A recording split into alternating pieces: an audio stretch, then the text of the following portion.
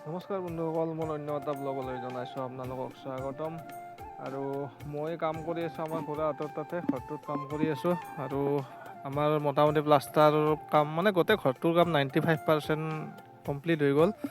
আৰু আজি সন্মুখত এইকেইটা ডিজাইন কাটিছোঁ, মানে বৰফি কাটি তাত শিল ভৰাই দিছোঁ। আৰু ঘৰটোৰ বাকী ভিউবিলাক সেনেকৈ সেইটো সন্মুখৰ পৰা ঘৰটো কেনেকুৱা দেখা হৈছে একবাৰ কমেণ্ট কৰি জনাই দিব।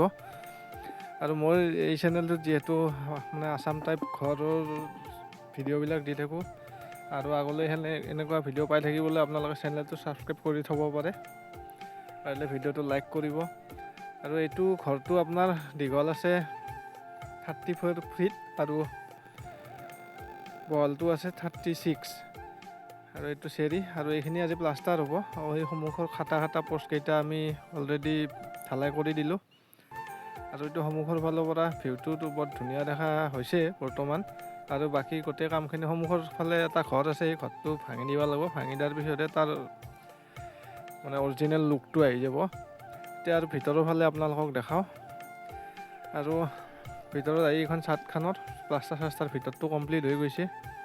আৰু এইফালে গ্ৰিলত প্ৰাইমাৰ মাৰি থৈ দিছে, গ্ৰিলহে লগোৱা নাই, লগাব আৰু কেইদিনমান পিছত। আৰু এটা পুৰণি বস্তু দেখাই দিওঁ আপোনালোকক। এই যিটো মানে বক্স, এই বক্সটো আগতে কিছুমান মানুহৰ ঘৰত আছিল, আৰু আমাৰ খুৰাহঁতৰ ঘৰত এতিয়াও আছে। গান শুনি এই বক্সকেইটাত বিৰাটেই ভাল লাগে। আৰু এইটো পূৰা ৰানিং কণ্ডিশ্যনত আছে না, কিছুমানৰ আছে যদিও আজিকালি নাই, মানে বেয়া হৈ গৈছে, এনেই পৰি আছে। কিন্তু ইহঁতৰ ৰানিং কণ্ডিশ্যন। আৰু এইখিনি সন্মুখৰ বাৰাণ্ডাখিনিৰ চিলিঙৰ ডিজাইনটো ফল চিলিঙৰ দৰে কৰি দিছে। আৰু আমাৰ প্লাষ্টাৰ কমপ্লিট হৈ গ'ল। এইখিনিত তাৰমানে আৰু ঘলা চলা মাৰা নাই, কাৰণ ইয়াতে টাইলছ লাগিব। আৰু ওপৰতো এইফালে গোটেইবিলাক টাইলছ লাগিব। আৰু এটা বস্তু দেখাই দিওঁ আপোনালোকক। আৰু ঘৰটো থাকিলেতো নহ'ব, ঘৰৰ সন্মুখত এনেকুৱা এখন ফুলৰ বাগিচা দেখিব লাগিব। ফুলৰ বাগিচাখন চাওক কি ধুনীয়া দেখা হৈছে, গোটেই ফুলবিলাক ফুলি আছে। এই ফুলটোৰ নাম কি একবাৰ কমেণ্ট কৰি জনাই দিব। আৰু পুৰা গাছ বনবিলাক চব সেউজীয়া হৈ আছে, যিহেতু গোটেই ভাল লাগে। আৰু বতাহ দি আছে। আৰু এইখিনি হৈছে ফুল। এই ফুলটোৰ কি ফুল কমেণ্ট কৰি জনাব। আৰু যিসকলে মোৰ চেনেলটো ছাবস্ক্ৰাইব কৰা নাই, ছাবস্ক্ৰাইব কৰিব। আৰু এতিয়া আমি আহি গ'লোঁ কামৰ পৰা আহি এইটো ৰাস্তাটো, আমাৰ ৰাস্তা এইটো আচলতে অৰ্থাৎ আমাৰ গাঁৱৰ পৰা বৰমালৈকে যোৱা ৰাস্তাটো এতিয়া বনাই আছে, মানে কি ব্লক হ'ব। আৰু ৰাস্তাটো গতিকে মাটি পেলাই থৈ দিছে দুয়োকাষে, গতিকে অলপ বেয়া হৈ আছে বৰষুণৰ এইকেইটা দিন। আৰু যি কি নহওক, আমি এইখিনি কষ্ট কৰিম এইকেইটা দিন, যাতে পিছলৈ আৰু ভালকৈ যাব পাৰিমতো, এইকেইটা দিন বেয়া হ'লেও।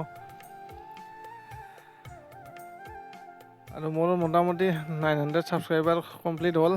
গতিকে যিসকলে চেনেলটো ছাবস্ক্ৰাইব কৰা নাই, ছাবস্ক্ৰাইব কৰি দিব। আৰু এইবাৰ খেতি আচলতে বহুত বেয়া হ'ব বুলি ভাবিছিলোঁ, কিন্তু নাই, খেতি বৰ্তমান বঢ়িয়া হৈছে।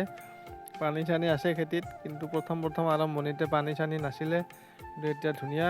আৰু এইবিলাক খেতিবিলাক চাব পাৰে, মোৰ পিছভাগে থকা খেতি বিৰাট ধুনীয়া। আৰু ৰাস্তাটো একবাৰ দেখাই দিছোঁ আপোনালোকক। এইটো ৰাস্তাৰ কণ্ডিশ্যন, মানে কি বৰষুণ গৈছে, গতিকে ৰাস্তাটো চাওক এতিয়া। গতিকে কিছুদিন মানুহ অহা যোৱা কৰাত অলপ অসুবিধা পাব, কিন্তু অসুবিধা পালেও একো কথা নাই। আমি আৰু একমাহ পিছত এইটো ৰাস্তাই আপোনালোকক আৰু ভিডিঅ' এটা বনাম, দেখাই দিম ৰাস্তাটো কেনেকুৱা হয়। কমচে কম গাড়ী চাড়ী অহা যোৱা কৰাত সুবিধা হ'লে ভাল। মানুহৰ যাতায়াতৰ ব্যৱস্থাটো মেইন, যাতায়াত ব্যৱস্থাটো ভালে থাকিলেহে বাকী চব ভালে থাকিব। আৰু যি কি নহওক, শেষত আপোনালোকৰ ফালে খেতি চেতি কেনে হৈছে একবাৰ কমেণ্ট কৰি জনাব। আমাৰ এইফালে কিন্তু বেয়া হ'ব বুলি ভাবিছিলোঁ, যদিও বেয়া হোৱা নাই, ভালেই হ'ব চাগে। এইটো ধান হোৱাৰ সময় হ'লে গম পাম, এনে বৰ্তমান বেয়া হোৱা নাই। আজিলৈ ভিডিঅ'টো ইমানখিনিয়ে, ধন্যবাদ। জয় আই অসম।